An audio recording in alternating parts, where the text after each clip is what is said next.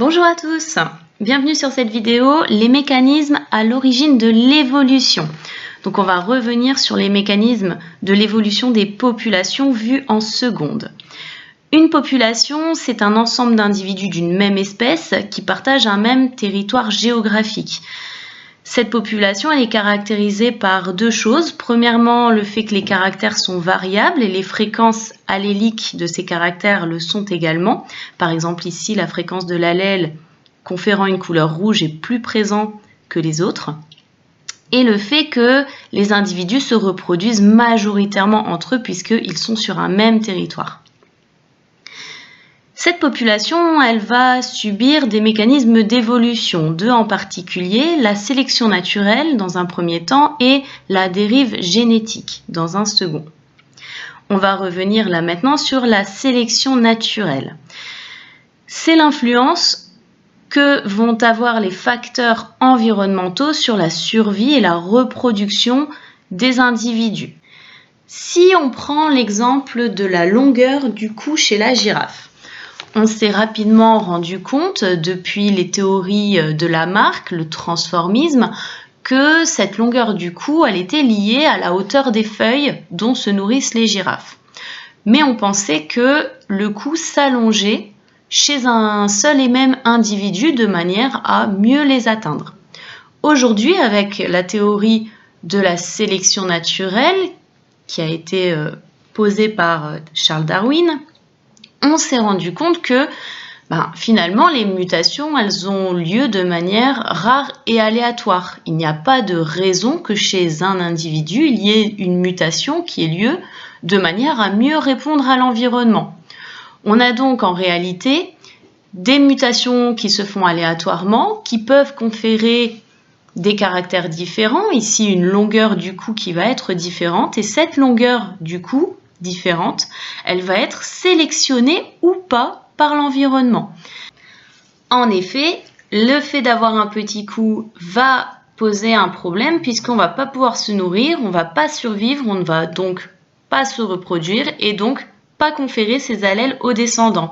Au contraire, le fait d'avoir un long cou va permettre de mieux se nourrir, de mieux survivre, de davantage se reproduire et donc de conférer cet allèle avantageux aux descendants. On va donc avoir une augmentation de la fréquence des allèles avantageux dans le milieu, tandis qu'il y aura une diminution de la fréquence des allèles désavantageux dans ce même milieu.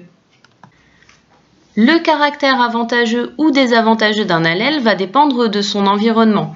Ici, si on prend le cas classique des phalènes du bouleau, on peut observer deux phénotypes, des phénotypes blancs et des phénotypes noirs. Les troncs de bouleau peuvent avoir une couleur plutôt sombre lorsqu'ils sont en zone polluée par des particules atmosphériques ou être naturellement de couleur claire. Ici, sur un tronc sombre, on observe facilement la phalène de couleur claire. Il est beaucoup plus difficile de distinguer la couleur noire. Inversement, sur un tronc clair, on a facilement remarqué la phalène de couleur noire, mais il est beaucoup plus difficile de remarquer celle de couleur blanche. S'il est plus difficile pour vous de remarquer une phalène blanche sur tronc blanc ou une phalène noire sur tronc noir, il est également plus difficile de le remarquer pour un éventuel prédateur. Qui dit difficulté à être repéré par les prédateurs, dit avantage de survie, avantage de reproduction et donc augmentation de la fréquence de l'allèle en question. On va donc avoir une augmentation des fréquences de l'allèle blanc sur les zones non polluées et au contraire une augmentation de la fréquence de l'allèle noir dans les zones où la pollution a noirci les troncs de bouleau.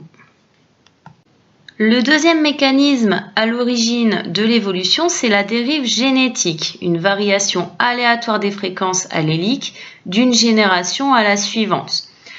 Alors cette variation, elle n'a aucun rapport avec l'environnement, elle se fait tout à fait au hasard de la reproduction et cette dérive, elle va être plus importante si les individus dans la population sont en effectif réduit. Ça nous amène à ce qu'on appelle l'effet fondateur.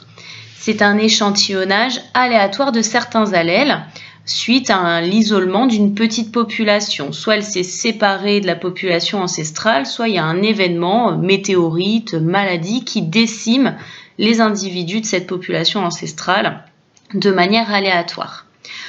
On va schématiser ça par une petite bouteille qui représente la population, remplie de petites billes de couleurs représentant les individus. Suite à l'échantillonnage, on va avoir seulement quelques survivants ou quelques individus qui vont être séparés de la population ancestrale. Ces individus vont se reproduire et être à l'origine d'une nouvelle population dans laquelle les allèles seront totalement différents de ceux de la population ancestrale, et ce tout à fait par hasard du fait de l'isolement de certains individus plutôt que d'autres. Pour terminer cette vidéo, on va prendre un exemple qui va vous permettre de bien différencier dérive génétique et sélection naturelle. Je suis un individu myope de groupe sanguin A. Je prends ma voiture, j'ai un accident dû au fait que je n'ai pas vu la priorité à droite. Je décède dans cet accident et donc la fréquence de mes allèles diminue dans la population. La fréquence de l'allèle de la myopie ici diminue par sélection naturelle. C'est cet allèle qui a causé mon décès. C'était un allèle désavantageux dans le milieu. Par contre, l'allèle A de mon groupe sanguin, lui, diminue par dérive génétique. En effet, j'aurais pu être de n'importe quel groupe sanguin, je serais quand même décédé dans cet accident à cause de l'allèle de la myopie. Donc cet allèle diminue par dérive génétique par hasard. Voilà, c'est la fin de cette vidéo. Je vous remercie de m'avoir écouté et je vous dis à bientôt pour une nouvelle vidéo.